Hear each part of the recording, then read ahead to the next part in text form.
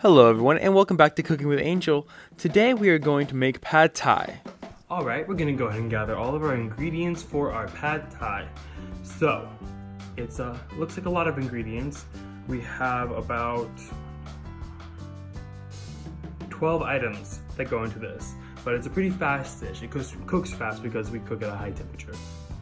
Alright, so the ingredients are bean sprouts, 3 eggs, rice vinegar, julienne carrots. There's a mixture of soy sauce, fish sauce, and tamarind paste.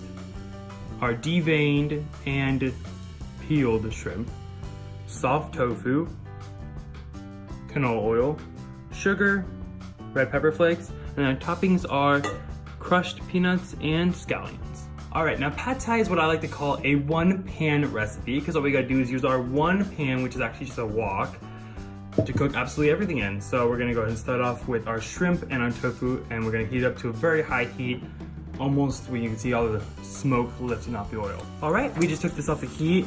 All the shrimp is cooked and the tofu is cooked, so we're gonna go ahead and remove this and put it in a different pan, reserving most of the oil inside there so we can continue cooking the rest of the recipe.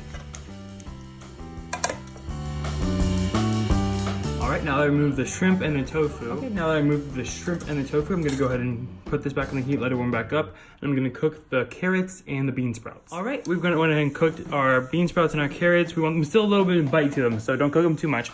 Then we're gonna add our eggs right in the middle, and then we're gonna put that back on the stove and we're gonna let that cook.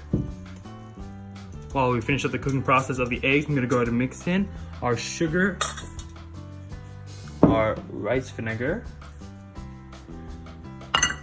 our red chili flakes, and our soy sauce, fish sauce, and tamarind paste mixture. Throw it all in there. Now we're gonna mix that all together. And this is gonna be the next step in our pad thai.